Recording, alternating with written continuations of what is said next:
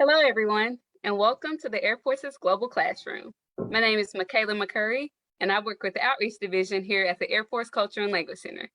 On today's episode of AFCLC TV, we'll discuss the importance of language, regional expertise, and culture education and training for the next generation with our very special guest, Lieutenant Colonel John Yee. Lieutenant Colonel Yee is the commander of the 33rd Student Squadron here at the Squadron Officer School at Maxwell Air Force Base. The 33rd Student Squadron Tigers provide professional military education to more than 600 Department of the Air Force captains, international officers, and Department of the Air Force or Department of Defense civilians annually. Colonel Yee was also recently responsible for training joint all-domain command and control experts in support of the air component staffs worldwide. Throughout his career, Colonel Yee has led diverse teams as an educator, a technology innovator, a staff officer, operational planner, and a combat aviator. Colonel Yee, thank you so much for joining us today. Hey, thank you. Appreciate the opportunity. Absolutely. Before we begin, we ask our audience to observe just a few rules of engagement. Firstly, please maintain all principles and standards of professional communication. Please mute your mics while others are speaking. Hold all questions until the end of the brief and use the chat feature to submit your questions to the briefer at that time. Please follow proper OPSEC procedures and guidance and remain cognizant that Facebook is an unclassified medium. With these rules in mind, let's get started.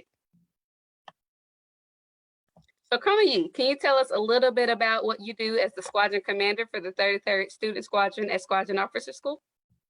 Sure. Thanks, Michaela. Yeah, I mean, it's a fantastic job. I just got done running a 5K with our students and instructors this morning. And that's one of the fun things about being a squadron commander here. But I guess to simplify it, I'm a mentor for our instructors. Our instructors are selectively boarded. They're coming from all different career fields across the Department of the Air Force, including Space Force Guardians.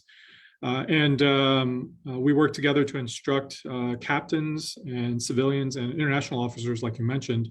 But I get to spend my day basically mentoring, leading, instructing, and hanging out with the next generation of our Department of the Air Force leaders. So it's really a fun opportunity. We have some challenges along the way, but that's to be expected in any organization.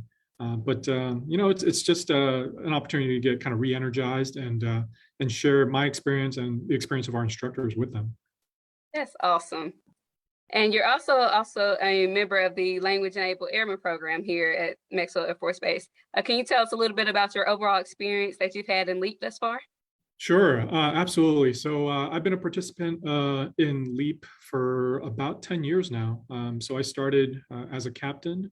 And it's been a fantastic journey. I was just kind of looking back at my experience in that program, and not only have I had the opportunity to continue to hone my Korean language skills and culture, but also really improve it. I was a heritage speaker. I'm a Korean immigrant, came to the United States when I was young, and grew up speaking Korean in the home. But I never could read or write it.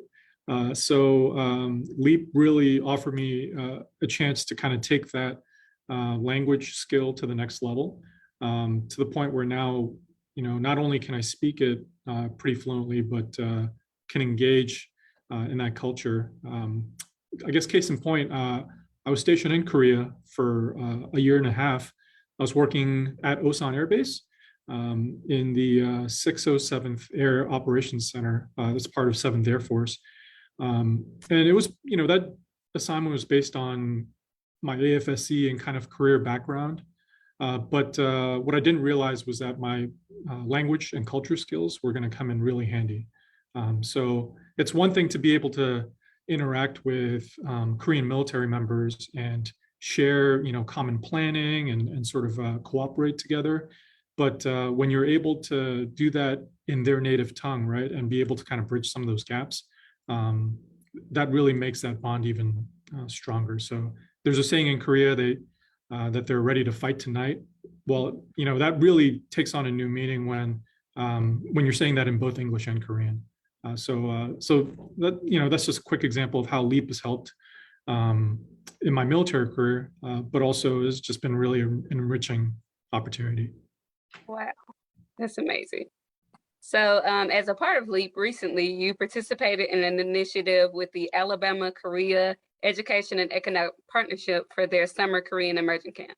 And for those of you who are not familiar with AKEEP, it's an organization that works with community members to enable students, professionals, organizations, and corporations of Alabama and Korea to take advantage of the opportunities of the economic ties between the two regions. So can you tell us a little bit about that experience, kind of what you did with the students and how you came about that experience? Yeah, absolutely. So I was really lucky. It just happened that I had a little bit of free time where I could help out both the Culture and Language Center as well as AKEEP, the organization here locally in Montgomery. I didn't quite know what to expect because this was during summer break for these students. So we're talking about students from junior high, some even in elementary school, all the way through high school, and just residents of Montgomery, Alabama. When I heard that there was a program that offered them a chance to learn Korean, as well as some of the culture, it kind of, shocked me a little bit. When you think of Montgomery, Alabama, you don't really think Korean, right? So Right.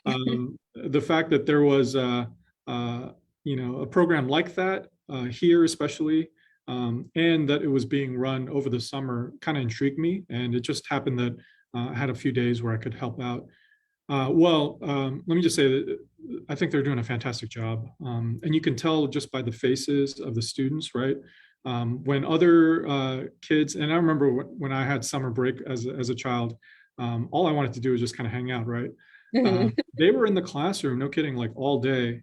They were doing homework at night. And I was asking some of these like junior high and high school students, hey, how long have you been studying Korean? Surely you've been doing it for a couple of years now. And some of them said that they just started 2 weeks, prior. So in that short amount of time, just by the fact that they had these dedicated teachers, but also really just kind of self-initiative, they were able to pick up a new language and culture to the point where I thought that they had been, doing it pretty rigorously for a while. Everything from, basic kind of survival language skills to listening to K-pop music and being able to interpret some of those lyrics. And of course, everyone loves Korean barbecue, right? So I noticed that they were enjoying some of their food.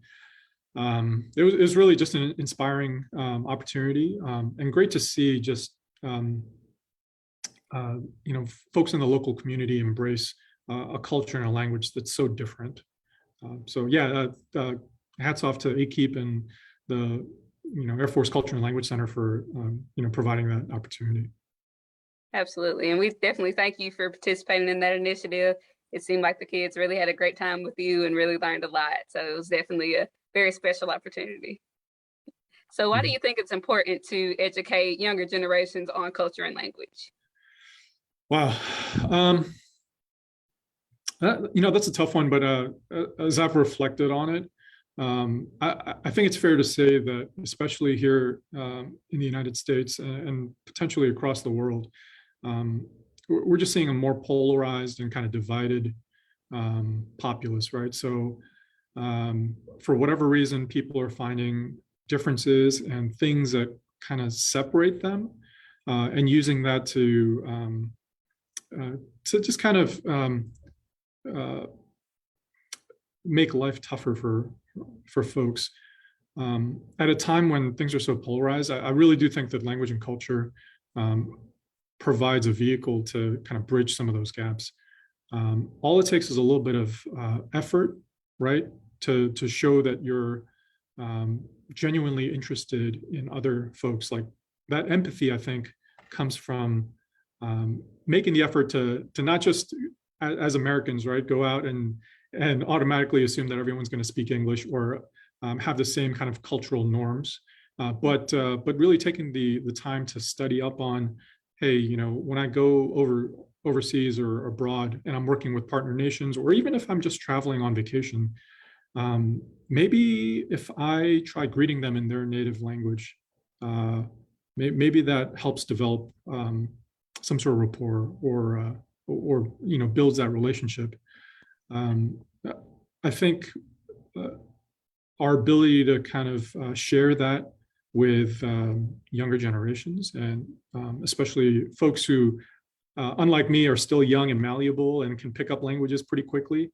I think that only allows people to connect, quicker and at a more kind of deep level.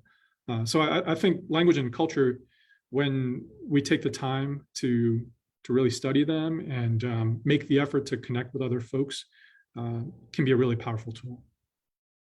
Absolutely. So as a leader in the military here, why is community involvement and partnership so important for our military members? Yeah, I would say two main things, right? One of them is that sometimes we get assignments to different places, and we get very comfortable within the walls of our installation or base, right? So here at Maxwell Air Force Base, a lot of folks have a routine. I've got a routine. I commute to work, I work in my office, and then I pack up my things and I drive back home. But sometimes we lose sight of the fact that we are integral members of the community, of the local community. So, whether it's interacting with local businesses or, religious organizations or social organizations, just a service member who's stationed at a certain place is just as, integral a part of that community as someone who's lived there for generations, right? And so I think it's really incumbent on us to invest in our communities, because that really just makes everyone's lives a little bit easier, a little bit nicer. And that's why I think there is a responsibility, and really it's kind of a selfish responsibility to take care of our communities and the neighborhoods that we live in, and the cities that we're based in. And I think the second part of that would be, look, it's tough to recruit great talent right now. There's competition for human resources. Companies are hiring great talent. The military needs that same talent. And if we're going to compete internationally, compete against some of our strategic competitors, as outlined in various strategies, the military really needs to recruit folks. And so I think being able to work with our local communities and show all the things that we're doing in support of the country and in support of the state and the city, as well as the opportunities that we provide to folks, can only lead to good stuff when we have that partnership. Absolutely. All right, I think that's all the questions that I have for you. So I just want to thank you so much again for providing insight on this very important topic. And if you're ready, we'll take some questions from our audience. Yeah, sure. Okay. All right, so on Facebook, we have our first question is, when you say you didn't know what to expect with the AKEEP event, now that you've gone through that experience, would you do it again? Oh, yeah, totally would. I think I would also probably do a better job of planning my lesson, because I kind of winged it a little bit. We ended up having more of a discussion about general topics, but knowing kind of what the level of rigor is now and just how dedicated the students are, I think I would probably do my part to prepare a little bit more. But yeah, absolutely. I think it's a fantastic program and a great organization. Awesome. All right, and we have another question here. Where can I find out more information about the LEAP program or AKEEP? So with AKEEP, their website is akeep.org, and they also have social media channels, Join AKEEP, so you can find out more there. with the LEAP program. You can follow the Air Force Culture and Language Center on social media. And Colonel Yee is also a part of the LEAP program and has been for several years. So he gave us a little insight on his overall experience with LEAP and could definitely help you learn more about the program if you're interested. Yeah, for sure. All right. So another question that we have is, what other opportunities have you had in the Air Force because of your culture and language skills? Sure.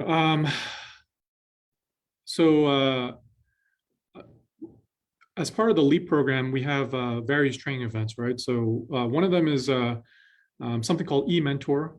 So think of that as kind of like a distance learning, Zoom-based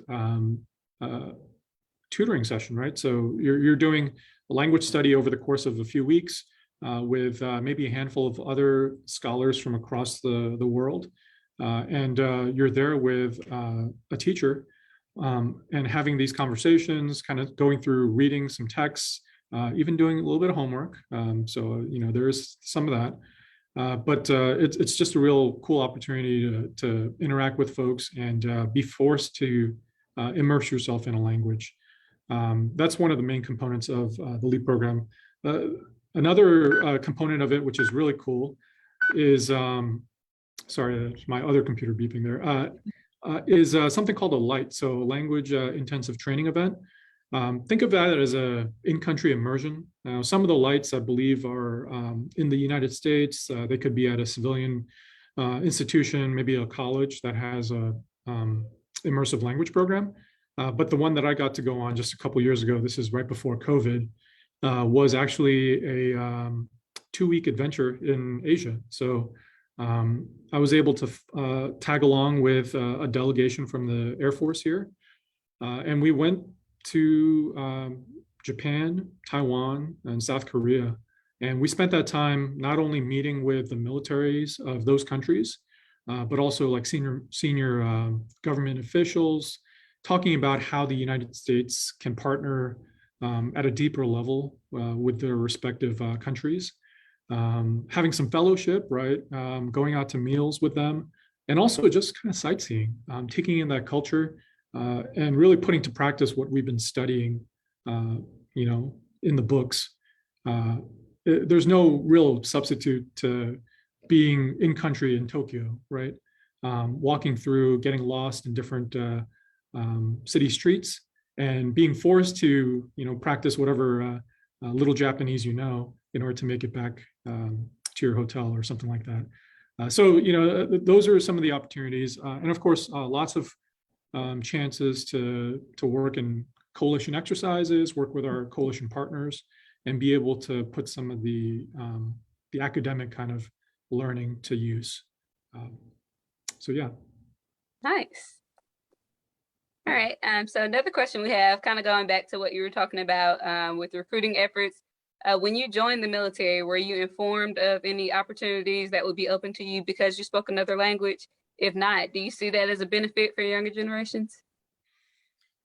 Yeah, this is actually a topic that has come up. I know that some of our students here at SOS who are captains, very innovative, have lots of great ideas. We've brought this up to senior leadership in the Air Force because there are so many folks out there graduating high school, graduating college, who have language and culture skills, right? And we just are not doing a good enough job of capturing that and tracking that and really leveraging those skills and capabilities. So I know that's something that we as a service are working very deliberately on. And in fact, the Culture and Language Center most recently spearheaded an effort to do that, to really track people, leaving the Air Force Academy or ROTC. And if they've studied abroad, capturing that and being able to figure out how we can pair them with opportunities to employ those skills later. So I guess a roundabout way of saying that that those skills are absolutely critical and crucial. And I think we still have some work to do to make sure that we're fully maximizing folks who have those skills. But I know that our leaders are understand that that's really an untapped resource, and the more we can do that, I think the stronger our partnerships can be around the world. Definitely. All right, and another question we have is, what advice would you give to other service members who want to become leaders in the community or become mentors? Right. Part of it is just is having conversations. Figuring out what you're interested in, right? Because if you're not genuine about it, I think it's going to fall flat. But for me, the language thing is something that I'm passionate about. So that's an area where I thought that I could become involved and maybe provide some value to the community. If you'd asked me to get involved in some sort of local running organization, that probably would not have gone so well. So figure out what's important to you, and I guarantee that there are like-minded folks out in the local community who would love to partner with someone in the military, right? It's just that they probably don't know how to reach out to us either. And so some of that comes from just kind of being out there, being active. And if you can kind of narrow down what those interests are, then odds are that there's probably a group who shares that interest too. Yeah, I know that's maybe not the most helpful answer, but it really does come out to kind of building those relationships. And sometimes it just requires that conversation, striking up a conversation at a restaurant or, at the store or at a church or whatever. And I guarantee some of those connections will kind of kindle. Completely agree. Yeah, starting those relationships is really the point of contention for those kind of things, for sure. All right, we have another Facebook question here. Can you talk a little bit about some of the other soft skills you see coming with learning another language? Yeah. So negotiation, I think, is something that's important, right? If you've ever traveled in different parts of Asia or maybe the Middle East, and you've tried to go shopping for something, you may have come across the fact that you don't go in with that kind of Western mindset of, hey, I want this item. I'm willing to pay X. I see that your price is Y. Give it to me for X, right? There's that rapport that has to be built. Maybe some small talk. Maybe I remember trying to buy a rug in Afghanistan and spending like 2 hours drinking tea. I don't even like tea, right? But it was all about getting to know each other and developing that trust, and then you can have that transaction, right? So some of that just kind of interaction can be really important. And if you don't have any sort of background in those cultural kind of differences, then you can walk in and just become really frustrated. So I think negotiating skills and just kind of interpersonal skills can come in really handy. And the language and culture are a huge component of that. All right, let's see if we have any other additional questions. All right, I think that's all the questions we have for you today, sir.